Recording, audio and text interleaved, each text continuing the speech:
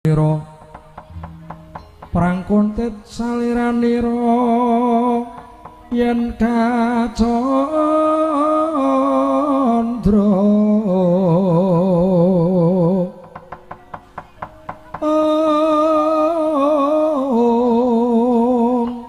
setyane garawanira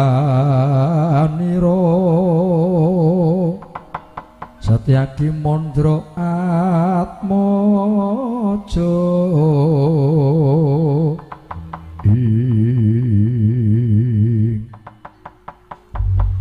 Dedeke cebol kepalang ora pangling kowe Setyaki dasar kepara nyata Bambang Swatama Aku ngoyak Dewi Kunti Nalibrata ora sanggepok koncane sing palang dodo aku lho perkarane apa Perkarane apa Swatama kok kerengan karo kowe yen wani maju ora wani mundur diganti liyane sing pilih tanding diganti liyane sing gelem tanggung jawab babu arep apa yen kowe soroh nyawa kelakon mati dina iki mati saka tangane Bambang Swatama ngemping loro nggih pati aduta sing balung ulet ing kulit ora sakokan gunem sing tanpa guna sing baku bukti nyatane panggao sak butimu cedhak tubruk hadon tali jadung dadi bandan tak nggo gatheng ndasmu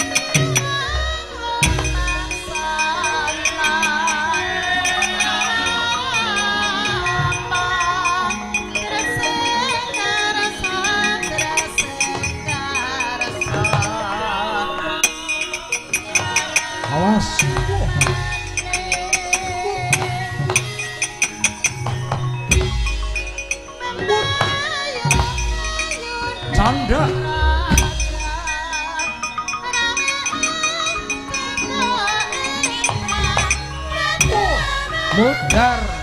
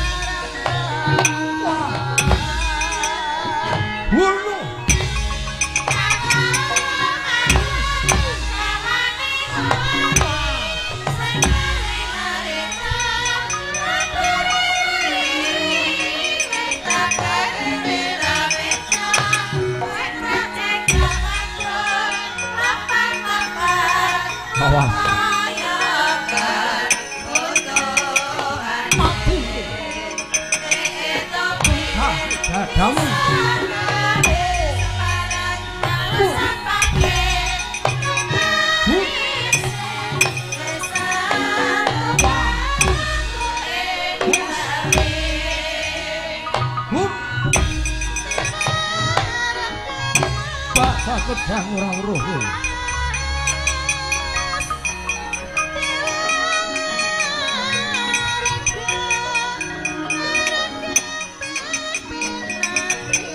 awas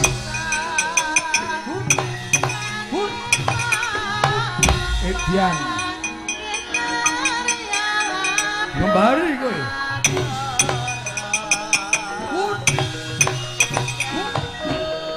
Edian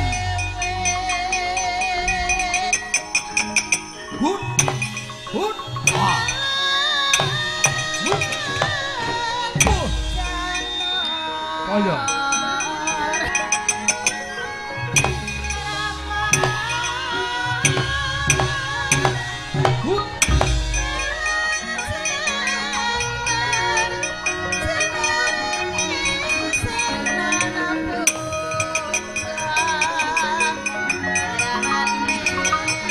Tunggu blangsar ku andamu. Yo.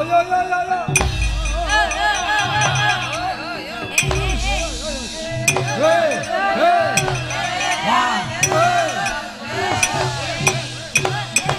Bos.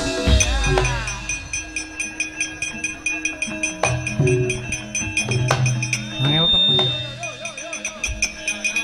Bos. Wono. Wah yo. Wono. Ho, wah, ho.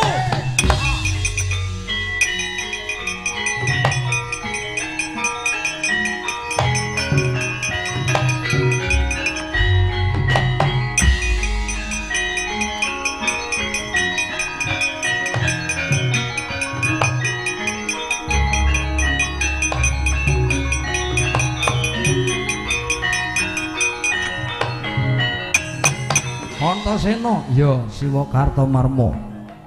Endi?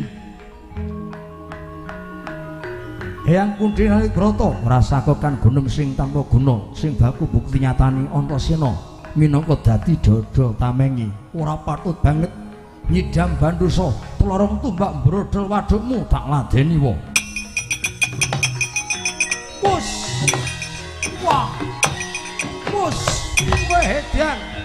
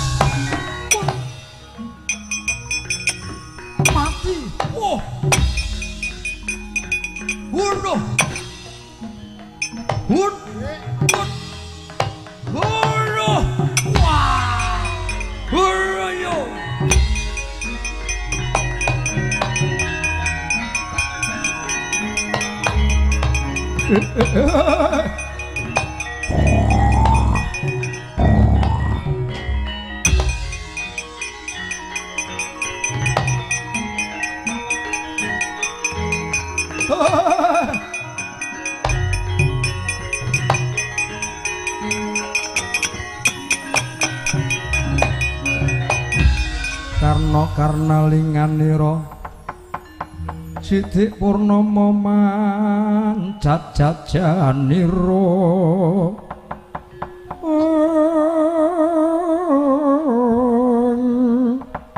Gumergut maguting ayudha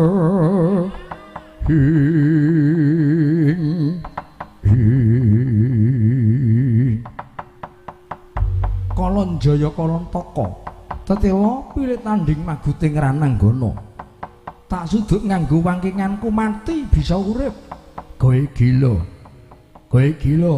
waro kasekdene Kalonjaya lan adhiku Kalontaka ora watake Nerpati Basukarna tinggal gelanggang colong playu ayo pisan meneh tamakno pemandenmu tamakno kasekdenmu aku ora bakal gigrik sinuwun maju legane atiku buta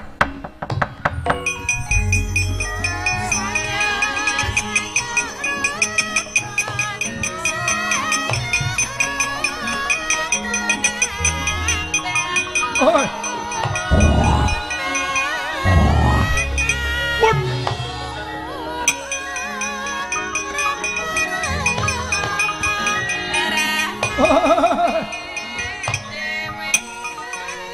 Canda. Woyo. Oh ah. Hey. Woyo.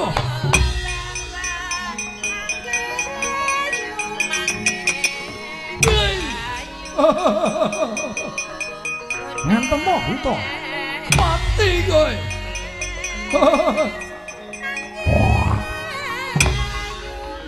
hei cokot wah hei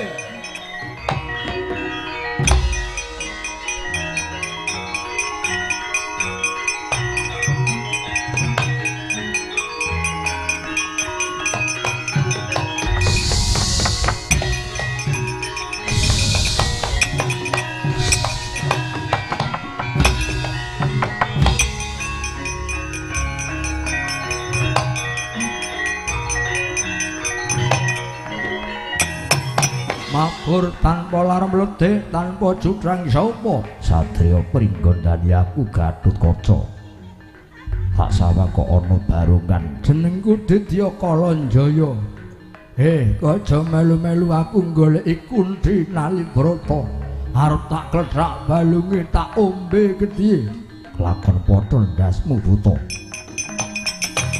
wah wah wah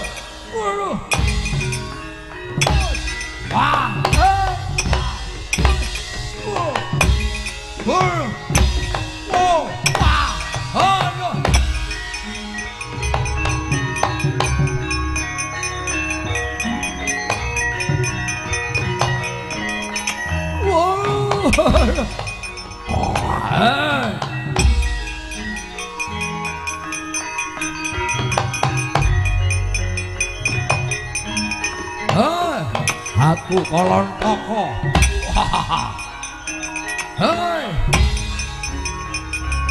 Oh, aku lho. Mudun. Mudun. Wono.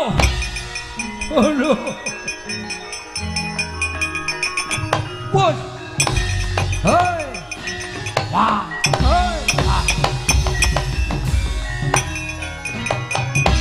Wono.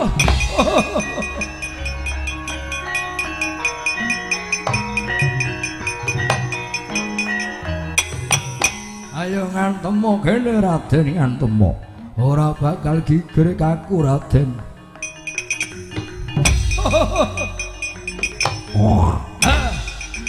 Hei ya.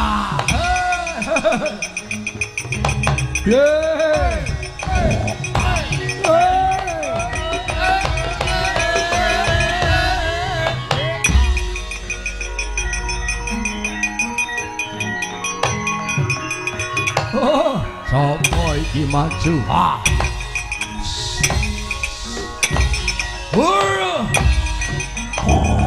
Hei, ah, hei.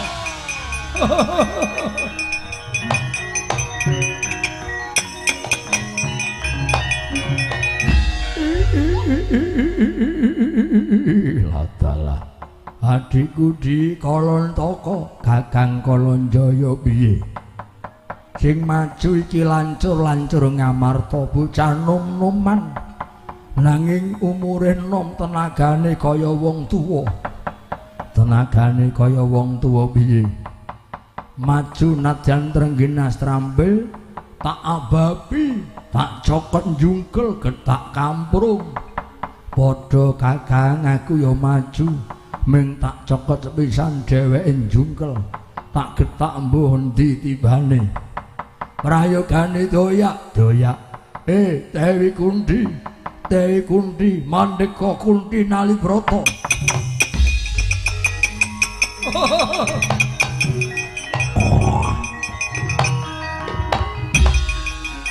Kunthi Mandeka Kunthi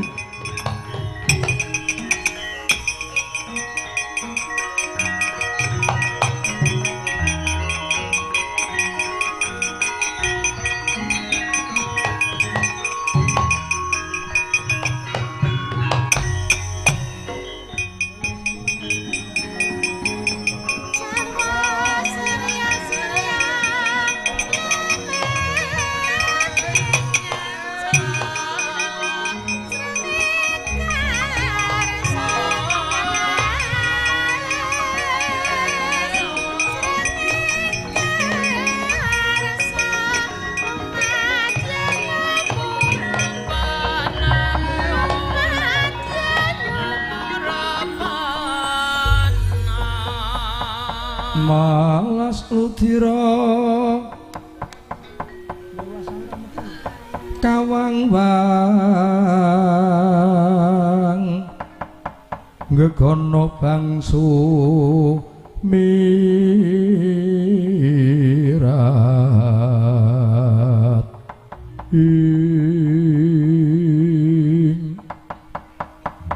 putuku ngir kabeh wae Gatotkaca Antarja lan kowe Antasena banget nggonmu mbelani klaman Poneyang nganti sira kabeh padha katrimandhan digetak dening buta.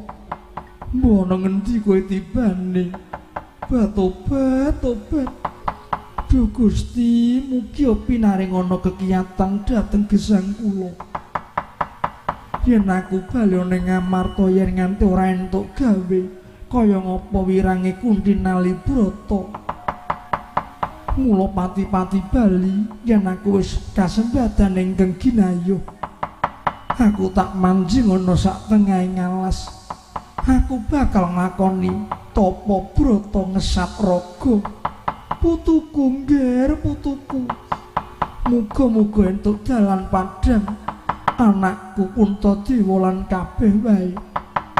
Kanthi pitakonipun ibu sing nglakoni tapa brata, muga-muga kowe bisa methik kamulyan. Yo ngger, Puntadewa.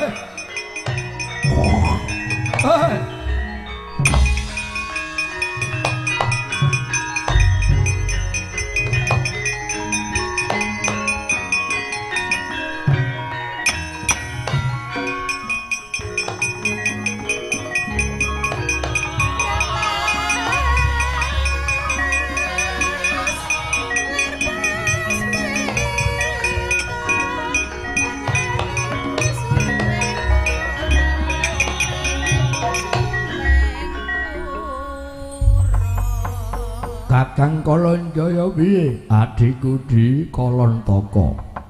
Dewi Kunti tak oyak mongko nembe wae ana ing kene lah kok ilang tanpa ketandha. Mbuh playune ngalor apa ngidul, ngetan apa ngulon. Mbok menawa Dewi Kunti banjur nganyut tuwuh nyemplung jroning jurang, Kang. Yen upama kok nyemplung jroning jurang mesti ana kuwandane. Mesti ana bathange, Di. Oh, njero prayogane piye? Aja mung mandheg semene. Aja mung mandheg semene. Ning di playune Dewi Kunti wajib dioyak-dioyak. Aku iso mateni Dewi Kunti, lakon aku lan kowe diruwat dadi menungsa lumrah. Kunti, kono ngendi Kunti?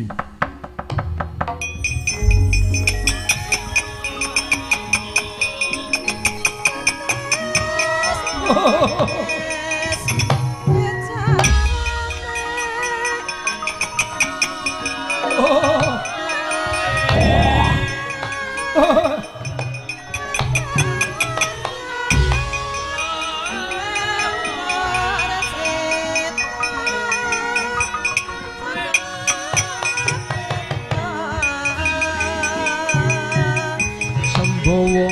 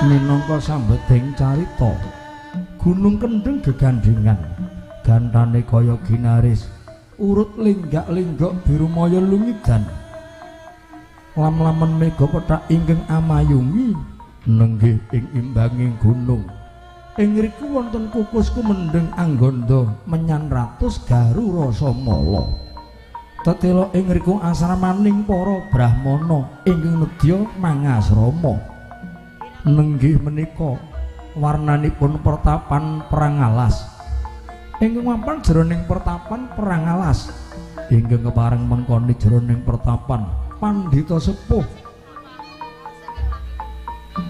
ingkang peparap nenggih Begawan Tambrameta ingkang peparap Begawan Tambrameta rikala samana pinuju lelenggan wonten ing madyaning pacrabaan nampi sawanipun ingkang putra putri nenggih Dewi Soka lan Pradapa Dewi Soka lan Pradapa sumambunging pungkur sawanipun cantrik manguyu jejanggan indung-indung ulu guntung ing tansah ngisep pangamruwing Sang Wikudibdya arane cantrik Kuntala Bau ing sumukaya hanawung gati katandha Sang Begawan Tambrameta semunipun ngengleng bingleng lamong karana mrihatosaken ingkang putra kekalih dereng nambut silaning akrama alon cipta wirengganira mangkono lamun ta Cinandra ngetan parane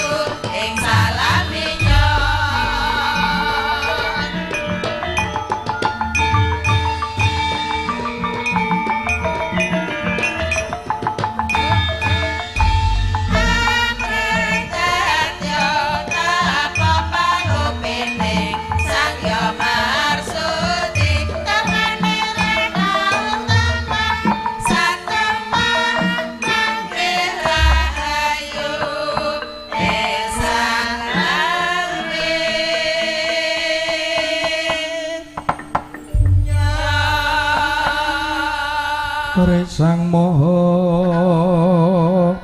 Yogi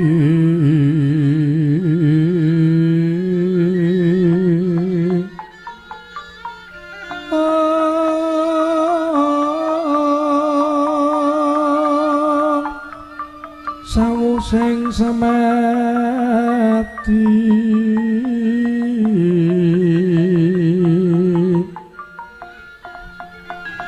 monggo ing pacrabaan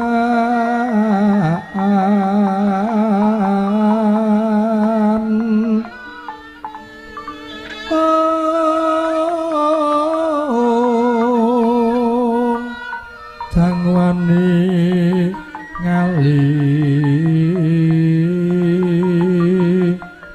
mijile sangka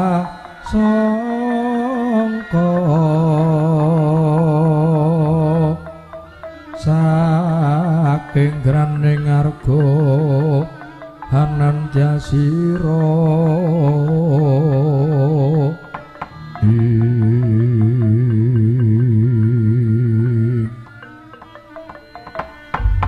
astaga menuk prit gantil kang buntut wisa cantrik Kuntala Bau prayoga nunggonmu ngadhep cantrik kawula nuwun ninggih dosa ngabdi penemban sampun boten kirang setunggal menapa nggen kula marak sowan bekti kula mugi konjuk penemban wis ndak tampa nggonmu ngaturke bekti pangestuku wae tampan ana cantrik sanget anggen kula mundi paring pangestu paduka anakku wadon Soka lan Perdapa padha kanthi raharja nggonmu sowan nger nuwun inggih Kanjeng Rama penemban awit nampi berkah pangestu paduka sowan kula winantu ing karaharjan kula nyaosaken pangabekti mawan tumugi konjuk kula nyaosaken pangabekti mawan tumugi konjuk sang andhaping kepada Rama penemban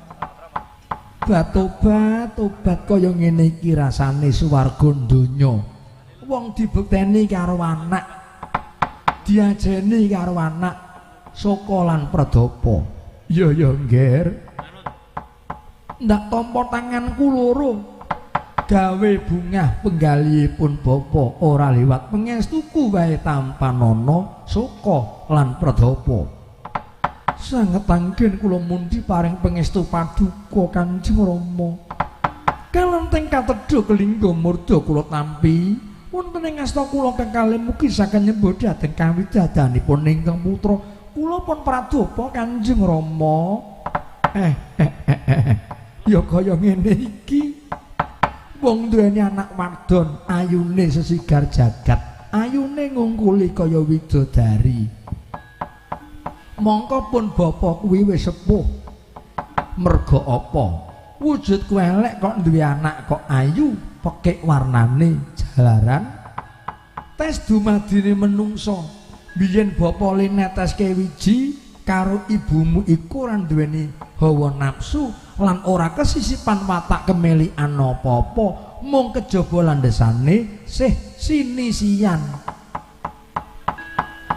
ana kala mangsane wong gedhe prayagung luhur duwe anak ora kena diatur duwe anak malah nakal mursal sebab duwe ngono rikala dumadine jabang bayi tes sepisanan banyu suci tinampa ibu ana ing guwa garba kala mangsa iso wae lungan adoh ora adus ora wisuh ora sesuci ngamplok karo bojone bareng bojone ngandhut bojone nglairke wijine angel diatur angel ditata Kuntala Bau menawi ngaten menika piwucal gesang penemban iki piwulang iki ngelmu inggih semono uga wong tuane dadi pendhita wong tuane dadi kiai dadi santri kala mangsa duwe anak ya angel ditata merga biyen le tresna iku mau kesisipan duweni nafsu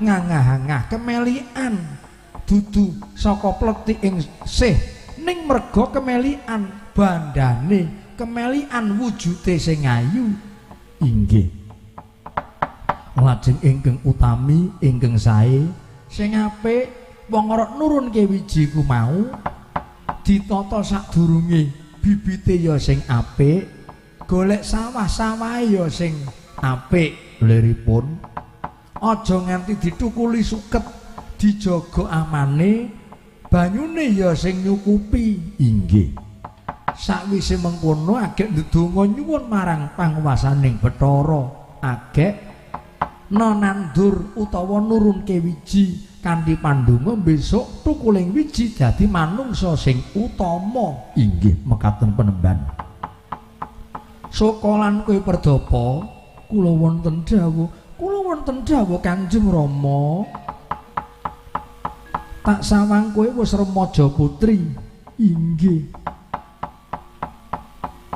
suwargane wong tua iku yen duwe anak kok ditresnani dening wong tegese ora semeneh aku kepengin mondong putu duweni mantu ngger sokolan Pradapa aja kendhat nggonmu nyuwun marang panguwasaning Bathara aja ninggalke dina lairmu nuwun inggih Kanjeng Rama penemban pinuju dina kelairanmu kowe nglakoni tarak brata mesu budi ngesat raga nglakoni prihatin 3 dina 3 bengi kowe nyuwun marang panguwasaning Bathara muga-muga apa ingkang tok gayuh bisa kasembadan ning yen nganti kowe ninggalke kowe nglalekke karo dina lairmu bakal ana Sengkala Sukerta ingkang bakal tumanja kowe ora bisa nyingkirake anane mung dadi ruwet lan peteng nger sigra-sigra bermana kanca gemang raketeng nawang sasangka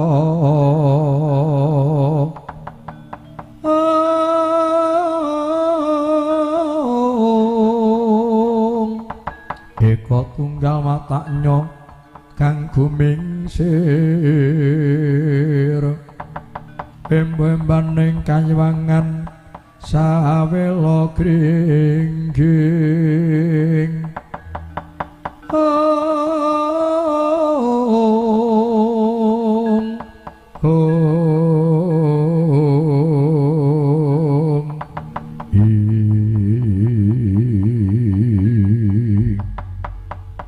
mangkono Begawan Tambrameta ngenipun paring sesorah dhateng ingkang putra nenggih Endang Sukolan Pradapa katungga geger ingkang wonten Jawi prapanipun wujud ora seksa segunung anakan gedene minggah wonten ing pacrabaan dados jingak kang sambetungal kanca njaluk dalan ono daya